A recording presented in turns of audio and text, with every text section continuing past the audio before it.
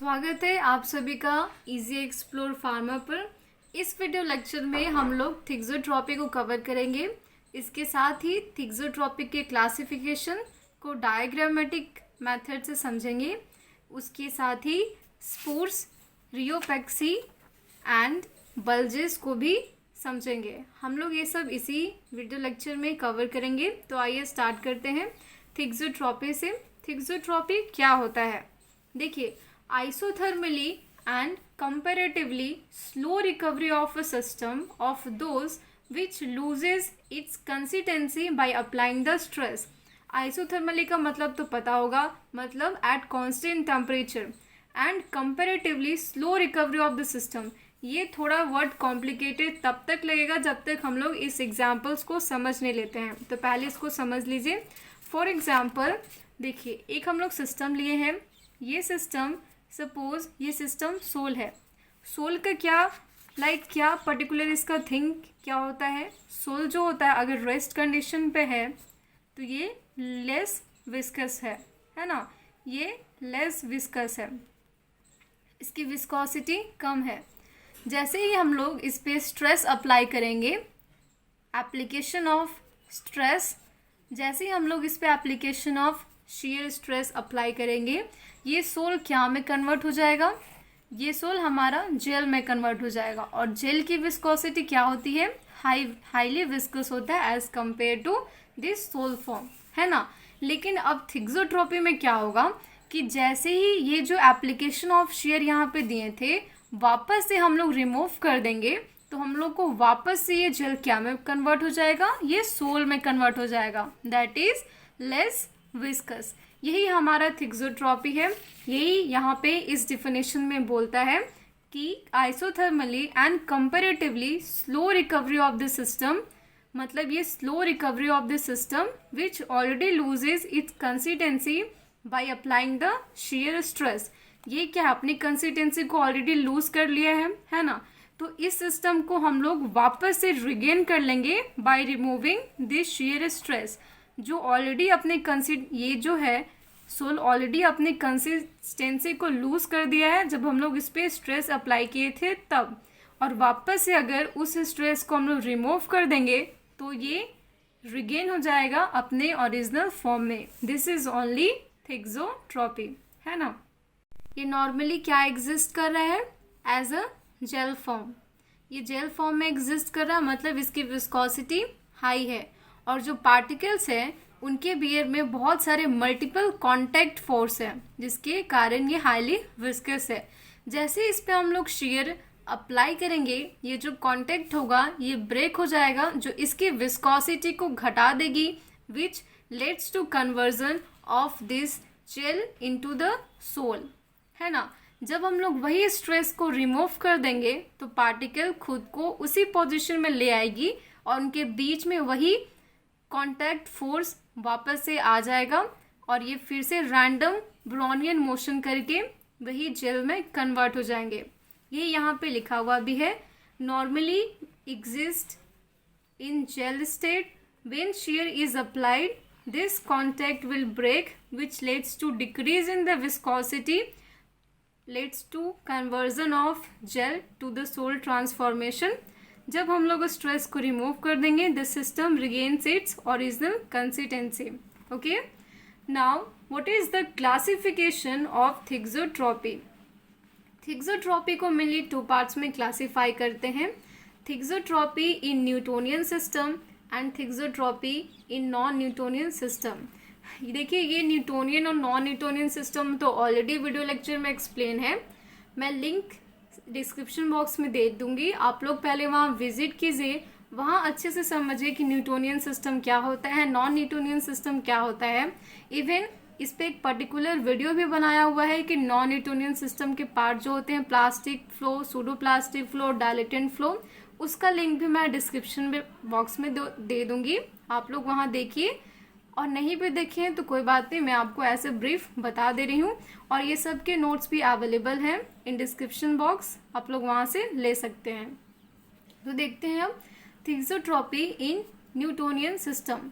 Newtonian system जैसे ही बोलता है बस दिमाग में आना चाहिए कि यहाँ पे जो स्ट्रेस है और रेट ऑफ शेयर जो है वो आपस में प्रोपोर्शनल है।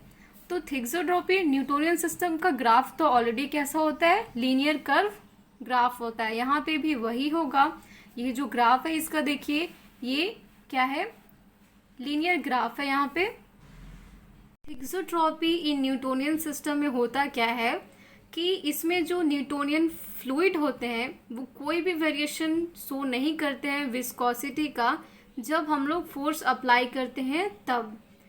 इसीलिए जो इसका कर्व होगा वो स्ट्रेट और कह सकते हैं लीनियर कर्व ऑब्टेन्ड होता है, जहाँ पे upward movement from the point of origin coincide with the downward movement back to the origin. बस यहाँ पे यही है कि it does not show any variation in the viscosity when the force is applied. इसका जस्ट अपोजिट हो जाएगा non Newtonian system में। यहाँ पे विस्कोसिटी में चेंजेस होते हैं जब हम लोग फोर्स अप्लाई करते हैं तब। इसमें जनरली 3 पार्ट्स होते हैं, that is plastic, pseudoplastic and एक और होता है डायलेटेंट फ्लो। इसके बारे में मैं सेपरेट वीडियो बना दी हूँ कि क्या होता है, लिंक डिस्क्रिप्शन में है, आप लोग देख सकते हैं। देखिए प्लास्टिक फ्लो में क्या होता है कि एक यील्ड वैल्यू होता है and below the yield value the system will show it's elasticity, but when the stress applied increase above this yield value the system will show its plasticity।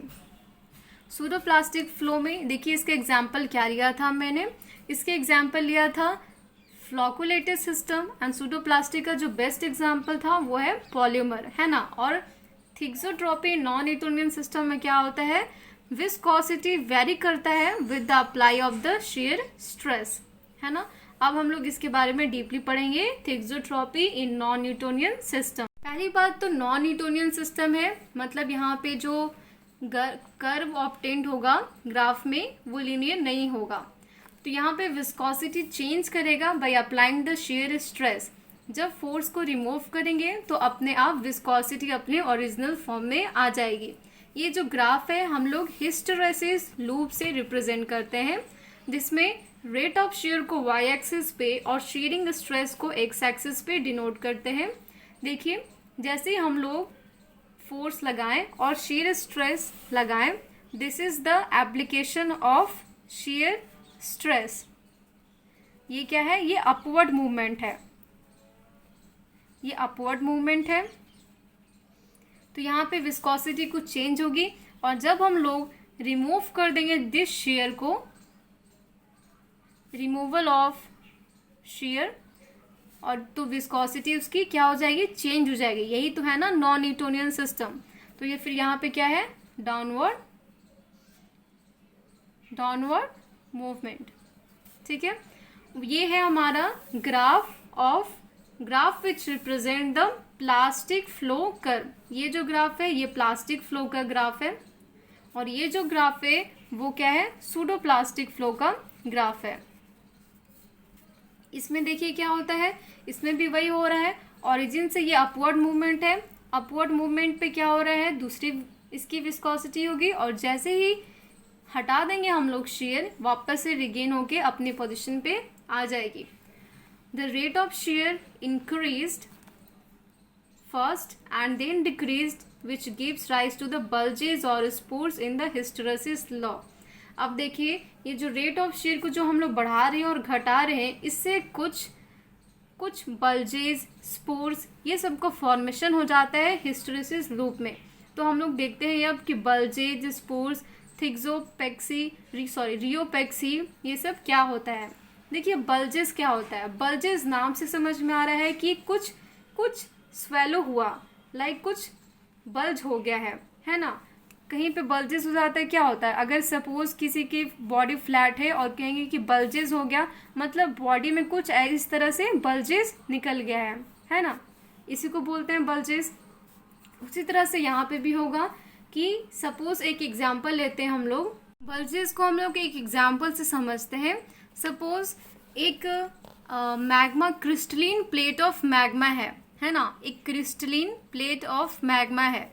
जैसे ही हम लोग इस पे शेयरिंग और शेयर स्ट्रेस को apply करेंगे तो ये जो प्लेट्स है वो अपने आप को, प्लेट्स है मतलब छोटे छोटे प्लेट्स है, ऐसे कार्ड होता है ना, कार्ड, उस तरह के उस फॉर्म में छोटे छोटे प्लेट्स हैं। जैसे ही shear स्ट्रेस अप्लाई करेंगे तो ये प्लेट आपस में अरेंज हो जाएंगे as a card, pack of card. Pack of card का मतलब कि इस तरह से ऐसे करके, मतलब अलग अलग तरह से करके, जैसे होता है ना माउंटेन ऑफ कार्ड, कार्ड का अरेंजमेंट होता है, बच्चे खेलते हैं कार्ड को अरेंज करके, उसी तरह से एक क्रिस्टलिन प्लेट अपने आप को अरेंज कर लेंगे as a pack of card, है ना, पैक ऑफ कार्ड, ऐसे करके ऐसे अरेंजमेंट कर लेंगे अपने आप को। तो हम लोग क्या कहेंगे कि बल्जेस का फॉर्मेशन हो रहा है। The bulge loop in the curve is due to the 3 dimensional structure which is acquired by this magma.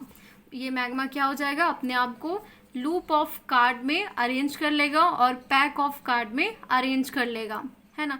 इसका जो रियोग्राम है देखिए इस तरह से है। The crystalline plate of magma are randomly arranged by applying the shear stress. These plate arranged themselves as a pack of card which result in swelling of magma.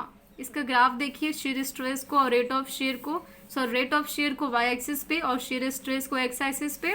देखिए क्या हो रहा है, यहाँ पे बल्जेस दिख रहा है ना, कुछ बल्ज है, ये यहाँ पे हो रहा है कि जैसे हम लोग अप्लाई कर रहे हैं shear stress, इसमें कुछ बल्जेस का फॉर्मेशन हो जा रहा है और वापस से जब हम लोग रिमूव कर दे रहे हैं तो वापस से अपने फॉर्म को गेन कर ले रहा है। इसका बेस्ट एग्जांपल होगा bentonite jail.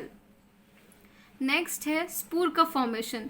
स्पूर is nothing but the structural breakdown of the material. Structural breakdown of the material. देखिए फॉर एग्जांपल कि एक ये जो है, ये रियोग्राम है पोरोकेन पेनिसिलिन जेल का, जो कि एक इंट्रामस्कुलर इंजेक्शन है। ये स्पूर एग्जिबिट करता है थिक्सोट्रोपिक हिस्टेरेसिस लूप में। मैं आपको दिखाती हूँ अब अच्छे से इसको।